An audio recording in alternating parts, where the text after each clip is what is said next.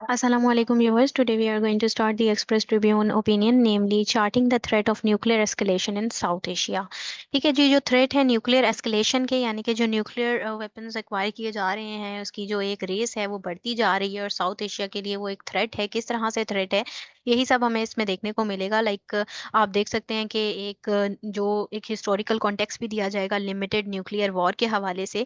ठीक है, limited nuclear war doctrine थी जो कि यूएस ने अडॉप्ट की थी अर्ली स्टेजेस में कोल्ड वॉर के दौरान। ठीक है, और लेकिन जब उसके बाद अगर कोल्ड वॉर के बाद की बात की जाए तो उसके बाद 1974 के तकरीबन उस टाइम पीरियड पे हम कह सकते हैं कि लिमिटेड न्यूक्लियर वॉर डॉक्ट्राइन को जो है वो यूएस ने जो है वो अबंडन भी कर दिया था, तर्क कर दिया था इस डॉक्ट्राइन को, क्योंकि उसने कहा कि उसका स्टांस यही था कि ये एक अनकंट्रोलेबल एस्केलेशन है, यानी कि इसके बढ़ाव को रोका नहीं जा सकता, ये एक फ्यूटाइल एफर्ट है, तो हम इसको ऐसा नहीं कर सकते हैं।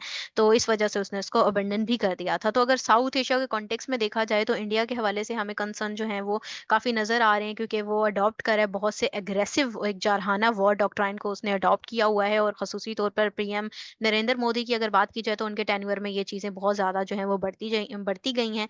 ठीक है, और ये इंडिया जो है वो कम्प्रिहेंसिव फर्स्ट स्ट्राइक भी इसने की है और लार्ज जो स्टॉक पाइल आप कह सकते हैं अनसेफगार्डेड फिसाइल मटेरियल्स को फरोग दे रहा है, इन स्ट्रैटेजीज पर अपने काम कर रहा है। एग्रेसिव मयर्स हैं, एग्रेसिव पोस्चरिंग है जो कि इंडिया की तरफ से हो रही है। और हम ये खदशा ये जाहिर कर रहे हैं इसमें ऑथर के, देखने को मिल ये रहा है कि कन्वेंशनल वॉर फिर से हो सकती है पाकिस्तान के साथ, और हो भी सकता है, ऐसी पॉसिबिलिटीज भी हैं कि ये बढ़कर जो है वो कन्वेंशनल वॉरफेयर के से लेकर जो है वो न्यूक्लियर लेवल तक जो है वो चीजें जा सकती हैं। ठीक है, इसकी वजह से क्या होता है, एक पीस जो है वो थ्रेटनिंग इशू है जो है वो साउथ एशिया के अंदर। ठीक है, और इंटरनेशनल कम्युनिटी का भी एक बाइस एक जानिबदार रवैया नजर आता है इंडिया के टुवर्ड्स। ठीक है, और जो है हमें नजर आ रहा है कि इंडिया का बिहेवियर भी इस सेंस में नजर आ रहा है, जिसकी वजह से आम जो एग्रीमेंट्स हैं उसको भी तोड़ता हुआ नजर आता है इंडिया जो है। ठीक है, और एक रेस जो है वो एस्केलेट हो रही है, आर्म रेस जो है। ठीक है, तो इस तरह से काफी हद तक जो है वो क्रिटिसिज्म नजर आता है हमें इस हवाले से। और पीस जो है वो थ्रेटनिंग एक इशू है साउथ एशिया के लिए। ठीक है, तो चाहिए क्या इसमें, आपको ओवरऑल क्या बताया जाएगा कि ये तमाम इश्यूज तो हैं, लेकिन इनके बावजूद जो है इंडिया पाकिस्तान को फोकस किस चीज पे करना चाहिए, इस चीज पे करना चाहिए कि वो डेटरेंस को मेंटेन करें।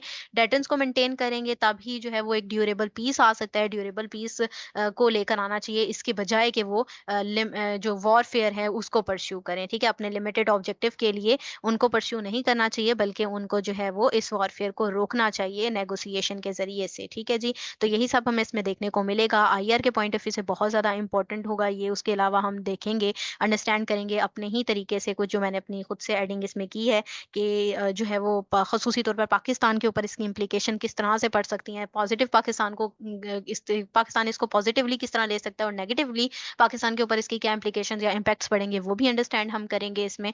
और साउथ एशिया के हवाले से इस पे क्या असरात मुरतब हो रहे हैं वो भी अंडरस्टैंड करेंगे हम। और करंट अफेयर के हवाले से और पाकिस्तान अफेयर के हवाले से इस तरह से क्वेश्चन जो है वो भी कवर हो जाएगा। ठीक है, और जैसे कि हमें पता ही है कि एसेस में भी अगर आपके पास इस तरह का कोई ऐसे आता है टेक्नोलॉजिकल बेस्ड न्यूक्लियर वेपन के हवाले से, तो आप उसमें जो है वो ऐड भी कर सकते हैं आउटलाइन के तौर पर, और इसमें भी आपको काफी फैक्ट्स एंड फिगर्स इसमें देखने को मिल जाएंगे। ठीक है, तो अगर इसको स्टार्ट करने से पहले इसमें मौजूद कुछ डिफिकल्ट टर्म्स हैं उसको अंडरस्टैंड कर लेते हैं। तो लिमिटेड न्यूक्लियर वॉर सबसे पहली टर्म है। ठीक है, और ये एक डॉक्ट्राइन है। ठीक है, इससे मुराद ये होती है यहाँ पर कि लिमिटेड किया जाए न्यूक्लियर वॉर को, न्यूक्लियर वॉर तक जो है वो उस लेवल तक ना बढ़ाया जाए इन जंगों को या इस सिचुएशन को। विसा विसा आ जाती है, ये एक फ्रेंच टर्म है, इसका मतलब होता है फेस टू फेस होना या इन रिलेशन टू। ठीक है, जिस यानी ये जो पिछली बात की गई है उसकी ही रिलेशन में जो आगे बात की जाती है, इसलिए ये वर्ड इस्तेमाल किया जाता है विसा विस। उसके बाद कॉस्ट इफेक्टिव है। कॉस्ट इफेक्टिव से मुराद ये होती है कि लिमिटेड कॉस्ट लगाई जाए, कम कॉस्ट लगाई जाए, लेकिन उसके जो इफेक्टिवनेस है वो ज्यादा निकल कर हमारे सामने आए। ठीक है, उसके बाद एस्केलेशन होता है, इंटेंसिटी का बढ़ जाना, यानी कि शिद्दत का परवान चढ़ जाना। फ्यूटिलिटी है, फ्यूटिलिटी से मुराद बेकार चली जाना, इनइफेक्टिवनेस किसी भी चीज की, पॉइंटलेसनेस। ठीक है, अबंडनमेंट आता है, अबंडनमेंट किसी भी चीज को तर्क कर देना, गिव अप कर देना, डिसकंटिन्यू कर देना। डॉक्ट्राइन आता है, डॉक्ट्राइन जो है एक सेट ऑफ बिलीफ होते हैं या सेट ऑफ प्रिंसिपल्स को कहा जाता है। उसके बाद counter force and counter value capability से मुराद यहाँ पर एबिलिटी है टारगेट करने की एडवर्सरी की, जो मिलिट्री असासाजात हैं हैं, ठीक है, या एसिड्स हैं, ठीक है, उनको काउंटर करना, या फिर सिविलियन पॉपुलेशन या उनका जो इंफ्रास्ट्रक्चर है उस मिलिट्री कैपेबिलिटीज के जरिए से उसको काउंटर करना। ठीक है, उसके बाद डी एस्केलेशन आता है। डी एस्केलेशन से मुराद, एस्केलेशन कहते हैं बढ़ने को किसी चीज की, और डी मतलब उसको कम कर देना, रिड्यूस कर देना। ठीक है, बढ़ाव को किसी चीज की, बढ़ाव को किसी टेंशन को, किसी कॉन्फ्लिक्ट को या किसी की शिद्दत को कम करना। ठीक है, न्यूक्लियराइजेशन है। न्यूक्लियराइजेशन से मुराद ज्यादा से ज्यादा जो है मिलिट्री आर्म एंड एम्यूनिशन जो है, आर्सनल्स जो है, उसको एक्वायर करते जाना। ठीक है, इससे मुराद वो हो जाएगी। उसके बाद रीस्टोर द बैलेंस आ जाता है। रीस्टोर द बैलेंस से मुराद यही है कि बैलेंस को मेंटेन रखना, रीस्टोर करके रखना, जैसे कि पाकिस्तान ने किया था इंडिया के न्यूक्लियर टेस्ट करने के बाद 1998 में। पाकिस्तान ने भी न्यूक्लियर टेस्ट करके रिस्टोर किया था, इक्विलिब्रियम कायम किया था, उसको मेंटेन किया था। उसके बाद ऑपरेशनलाइजिंग आ जाता है। ऑपरेशनलाइजिंग एक प्रोसेस होता है ऑपरेशन करने का, यानी प्लान करना, कोई डॉक्ट्राइन करना, उसको प्रैक्टिकली ऑपरेशन करना, इम्प्लीमेंट करना। ठीक है, उसके बाद कोल्ड स्टार्ट डॉक्ट्राइन है। कोल्ड स्टार्ट डॉक्ट्राइन जो है ये इंडिया की तरफ से की गई थी। ठीक है, ये एक मिलिट्री डॉक्ट्राइन है, डेवलप की थी इंडियन आर्म फोर्सेज ने। ठीक है, कि पॉसिबल वॉर जो थी पाकिस्तान के साथ उसके लिए की थी। ठीक है, इसका मतलब यही था, एक एम्फोसाइज ये किस चीज पे करता था कि एक तेज तरीन जो है वो डिसिसिव ऑफेंसिव एक्शन होंगे, यानी जारहाना एक्शन, जो पहल जिसमें की जाएगी, वो उसके लिए इस डॉक्ट्राइन जो है वो ली गई थी, अडॉप्ट की गई थी। ठीक है, और इंडिया की तरफ से अभी भी ये चल रही है। उसके अलावा अगर हम नासर की बात करें, ये एक शॉर्ट रेंज ब्लास्टिक मिसाइल सिस्टम है जो कि पाकिस्तान ने डेवलप किया है। ठीक है, उसके बाद स्ट्रैटेजिक स्टेबिलिटी है। स्ट्रैटेजिक क्या होती है? स्ट्रैटेजिक यानी मिलिट्री से रिलेटेड ही बात की जा रही है। स्टेबिलिटी यानी कि स्ट्रैटेजिकली आपके पास इतनी स्टेबिलिटी आ जाए, इस्तेहकाम आ जाए कि आपके पास इतने वेपन्स हो, इतनी आपके पास कैपेबिलिटी हो कि आपके ऊपर कोई भी कोई अटैक करता है तो आप उसको डेटर कर सकें इजीली। ठीक है, उसके बाद अनसेफ गार्डेड फिजाइल मटेरियल्स हैं, ये न्यूक्लियर मटेरियल्स हैं। ठीक है, जो कि सब्जेक्ट सिर्फ और सिर्फ नहीं है, इंटरनेशनल सेफ गार्ड के लिए नहीं है, मॉनिटरिंग के लिए नहीं है। ठीक है, उसके बाद ड्यूरेबल पीस आ जाता है। ड्यूरेबल पीस से मुराद यानी लॉन्ग लास्टिंग पीस, यानी एक इस्तेहकाम वाली स्टेट का हो जाना, एक अमन का कायम हो जाना।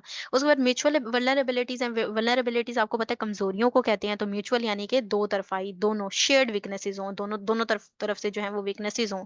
ठीक है, उसके बाद आर्म कंट्रोल अरेंजमेंट्स हैं। आर्म कंट्रोल अरेंजमेंट से मुराद यानी कि आर्म को रोकथाम के लिए, उस रेस को रोकने के लिए कि ज्यादा से ज्यादा न्यूक्लियर लेवल तक ये आर्म रेस ना चल पड़े, उसको रोकने के लिए कुछ अरेंजमेंट का किया जाना। उसके बाद क्रेडिबली सिग्नल लिमिटेड ऑब्जेक्टिव से मुराद यही है कि इंटेंशंस को जो है वो कन्वे करना एक बिलीवेबल मैनर के अंदर। ठीक है, या फिर आप कह सकते हैं कि रिस्ट्रेन लगाना मिलिट्री गोल्स के ऊपर, कि कॉन्फ्लिक्ट बढ़े ना, ताकि उसके लिए मिलिट्री गोल्स के ऊपर रुकावटें जो है लगा देना, कि आप जो है मजीद जो है वो पीसफुल तौर पे काम करें, और ये मिलिट्री एस्केलेशन जो है वो ज़्यादा ना करें। ठीक है जी, ये तो हमने अंडरस्टैंड कर लिए, ये डिफिकल्ट टर्म्स थी, और अब हम अंडरस्टैंड करते हैं कि इसका मेन क्रक्स क्या है और इसका सवाल किस तरह से बन सकता है। तो मैंने यहाँ पर एक क्वेश्चन यहाँ पर लिखा है आपके सामने एग्जाम्पल के तौर पर। वो किस तरह से है जी? आपके पास क्वेश्चन आ सकता है कि हिस्टोरिकल कॉन्टेक्स्ट किस तरह का रहा लिमिटेड न्यूक्लियर वॉर डॉक्ट्राइन का, और रिसेंटली अगर हम इंडिया की जो एग्रेसिव पोस्चरिंग देखें वो कैसी चल रही है, और अब हम कह सकते हैं एक जानिबदार रवैया जो इंटरनेशनल कम्युनिटी का है इंडिया की तरफ। ठीक है, इंडिया के हवाले से उनकी पूरी पुष्पनाई इंडिया की हो रही है।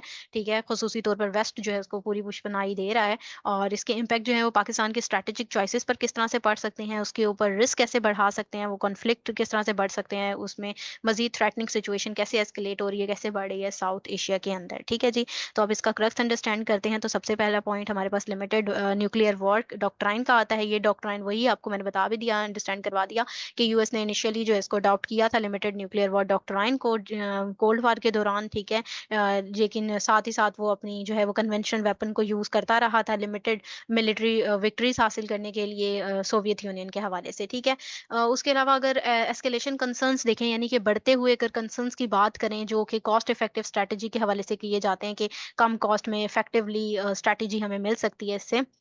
ठीक है, अगर इसलिए देखें तो, लेकिन न्यूक्लियर जो लिमिटेड न्यूक्लियर वॉर है ना, इसकी अगर बात की जाए तो ये पोटेंशियल अनकंट्रोलेबल है, क्योंकि इसमें हम कंट्रोल नहीं कर सकते कि एस्केलेशन बढ़ेगी या फिर कम होगी। ठीक है, डी एस्केलेट करना इसको बहुत ही ज़्यादा मुश्किल है। तो इसीलिए जो है वो लिमिटेड न्यूक्लियर वॉर जो डॉक्ट्राइन थी इसको अबंडन कर दिया गया यूएस की तरफ से 1974 में, कि ये एक फ्यूटाइल एफर्ट है, इसका कोई फ़ायदा नहीं है। ठीक है, तो कंटेन करने में, एस्केलेशन को रोकने में, कंटेन करने में ये जो है वो फेल रही है, इसकी इनेबिलिटी रही है, रिलायबिलिटी उस तरह से नहीं रही।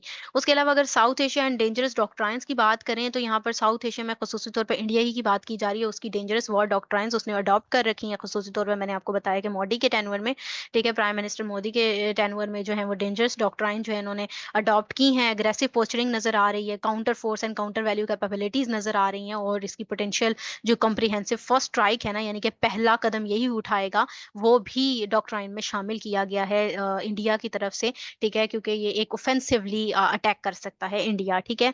इसमें काफ़ी जो है वो थ्रेटनिंग सिचुएशन क्रिएट कर रहा है साउथ एशिया के अंदर।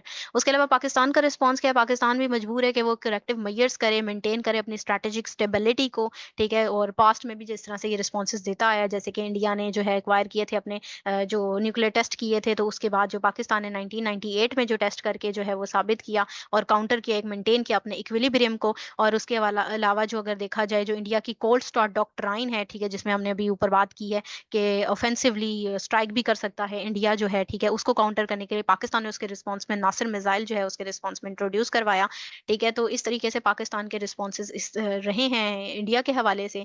तो उसके अलावा जो है ये कन्वेंशनल वॉर एस्केलेट होकर कहीं न्यूक्लियर लेवल तक ना पहुंच जाए, इसके भी रिस्क बढ़ते हैं, just because of maintaining equilibrium. Pakistan को लाजमी तौर पर इक्विलिब्रियम कायम करने के लिए काम करना पड़ता है। तो इसी वजह से रिस्क जो है वो मजीद बढ़ते जा रहे हैं, एग्रेसिव डिजाइन हो रहे हैं, एस्केलेशन हो सकती है कि वेपन्स को एक्वायर करते करते ये कन्वेंशनल वॉरफेयर जो है वो न्यूक्लियर लेवल तक ना पहुंच जाए, ठीक है। उसके अलावा इंटरनेशनल वॉइसेस हैं इंडिया की तरफ, यानी अगर यूएस की बात की जाए या यूएस की सपोर्ट की जाए, तो वो इंडिया को एक्सेप्शनल केस करार देकर साइड पर कर देता है, और बाकी साइड पर तो वो कहता है ना कि न्यूक्लियर वेपन जो है उसकी लिमिटेशन होनी चाहिए, एक लिमिट लगनी चाहिए। लेकिन इंडिया के केस में वो ऐसा नहीं करा, बल्कि इंडिया तो मुसलसल कंट्रीब्यूट कर रहा है इंटेंसिफिकेशन की तरफ, न्यूक्लियर और कन्वेंशनल आर्म रेस में मुलविस है साउथ एशिया के अंदर, ठीक है। उसके अलावा अगर अनएक्सेप्टेबल रिस्क देखें हम स्ट्रैटेजिक एस्केलेशन के, तो ये जो बढ़ती जा रही है स्ट्रैटेजिक एस्केलेशन हो रही है ना, तो इसका रिस्क मजीद बढ़ रहा है। तो ये एक अनएक्सेप्टेबल सिचुएशन है, क्योंकि हम इसको एक्सेप्ट नहीं कर सकते। क्यों? क्योंकि डिफिकल्टी है लिमिट करने के लिए इन इन वेपन्स को, इस वजह से ये चीजें रिस्क को बढ़ा रही हैं। स्टेबिलिटी रीजन की हिट होगी, रीजन की सिक्योरिटी और स्टेबिलिटी हिट होगी, तो पूरी दुनिया के ऊपर भी इसके असरात जो है वो मुरतब हो सकते हैं, ठीक है। तो चाहिए यही कि एक म्यूचुअल अंडरस्टैंडिंग को नेगोशिएशन के जरिए से मामलात को हल करवाया जाए। पाकिस्तान इंडिया दोनों ही इसमें अपना किरदार अदा करेंगे, तभी मामला जो है वो बेहतर हो सकता है। अदरवाइज जो है वो एक अनसर्टेनिटी जो है, एक एम्बिग्विटी जो है वो फ्यूचर की हमें नजर यहाँ पर आती है, ठीक है। अब हम अंडरस्टैंड करते हैं कि किस तरह से पॉजिटिव या नेगेटिव इंप्लीकेशन जो है वो पाकिस्तान के ऊपर पड़ रही है, ठीक है, और पाकिस्तान किस तरह से उसको टैकल कर सकता है। पाकिस्तान की अगर हम पॉजिटिव साइड ले लें ना अगर इस चीज की, तो डेटरेंस कैपेबिलिटी एनहेंस हो सकती है। डेटरेंस कैपेबिलिटी क्या होती है? डेटर करने के लिए पाकिस्तान अपनी मिलिट्री स्टेबिलिटी को बढ़ाएगा, ठीक है, अपनी मिलिट्री कैपेबिलिटीज को एनहेंस करेगा, ठीक है, और डेवलप करेगा न्यूक्लियर कैपेबिलिटी को। और ये एक पॉजिटिव स्टेप हो सकता है पाकिस्तान के हवाले से, अपने आप को डिफरेंस को इंश्योर करवाने के लिए अपने लिए, और पोटेंशियल एग्रेशन को रोकने के लिए। अगर इंडिया की तरफ से कोई एग्रेशन होती है तो उसको प्रिवेंट करने के लिए पाकिस्तान के पास भी इतनी एबिलिटीज, इतनी कैपेबिलिटीज होनी चाहिए कि वो उसको डेटर कर सके, उनको रोक सके, उनको प्रिवेंट कर सके, ठीक है। उसके अलावा करेक्टिव मेजर जिस तरह से पाकिस्तान की एग्जांपल ली गई है कि पहले भी करता आया है, ठीक है। तो जैसे कि पाकिस्तान ने न्यूक्लियर जो है वो टेस्ट किए थे, ठीक है। इस सेंस में पाकिस्तान रिस्टोर कर सकता है बैलेंस को और प्रिवेंट कर सकता है डिस्टेबलाइजिंग एक्शन को, जो कि इंडिया की तरफ से किए जा रहे हैं। तो ये एक रीजनल स्टेबिलिटी को मेंटेन करने के लिए पाकिस्तान अगर इक्विलिब्रियम कायम करता है काउंटर करने के लिए इंडिया को, इंडिया के या ये एग्रेसिव बिहेवियर को रोकने के लिए, तो ये पॉजिटिव एक चांस हो सकता है पाकिस्तान को ऐसा करना बेहतर हो सकता है।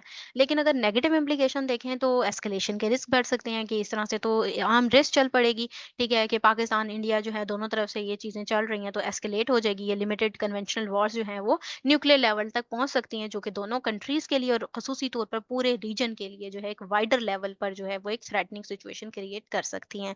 उसके अलावा आर्म रेस इंटेंसिफिकेशन हो जाएगी, यानी कि मजीद बढ़ जाएंगी, आर्म्स एक्वायर करते जाएंगे, आर्म्स एंड एम्यूनिशन की जंग एक चल पड़ेगी, ठीक है, एक रेस चल जाएगी, जिसमें जो है एक एक्वायर करते जाएंगे। और क्योंकि अभी हमें इंटरनेशनल कम्युनिटी के हवाले से जो 22 एक जानिबदार रवैया नजर आता है, इंडिया की तरफ से सपोर्ट है उसको पूरी हासिल है, वेस्टर्न सपोर्ट, ठीक है, जिसकी वजह से वो मजीद जो है इंडिया कंट्रीब्यूट कर रहे हैं, इंटेंसिफिकेशन कर रहे हैं nuclear and conventional arm race की साउथ एशिया के अंदर, ठीक है, जिसकी नेगेटिव इंप्लीकेशन पड़ सकते हैं पूरी की पूरे रीजन के ऊपर, एक रीजनल स्टेबिलिटी हिट हो सकती है, रीजनल इस्तेहकाम को बहुत बुरा धचका लग सकता है, ठीक है। अगर ग्लोबल फूड सिक्योरिटी की बात करें, खुदा ना खास्ता अगर इस तरह का कुछ सिचुएशन पैदा होती है, अगर न्यूक्लियर लेवल तक ये चीज़ें चली जाती हैं, तो फिर इसके जो इम्पैक्ट्स हैं ना, वो ग्लोबल फूड सिक्योरिटी पे पड़ सकते हैं, कहत साली की सिचुएशन क्रिएट हो सकती है, न्यूक्लियर वॉर हो सकती है ना इंडिया और पाकिस्तान के दरमियान, फूड शॉर्टेजेस हो सकती हैं, स्टारवेशन हो सकती है, डिकेट से ज़्यादा ये चीज़ रह सकती है, जो एक पोटेंशियल कैटास्ट्रॉफिक कंसिक्वेंसेस को लेकर आती है, यानी एक तबाहकुन नताइज को हमारे सामने प्रेजेंट करती है।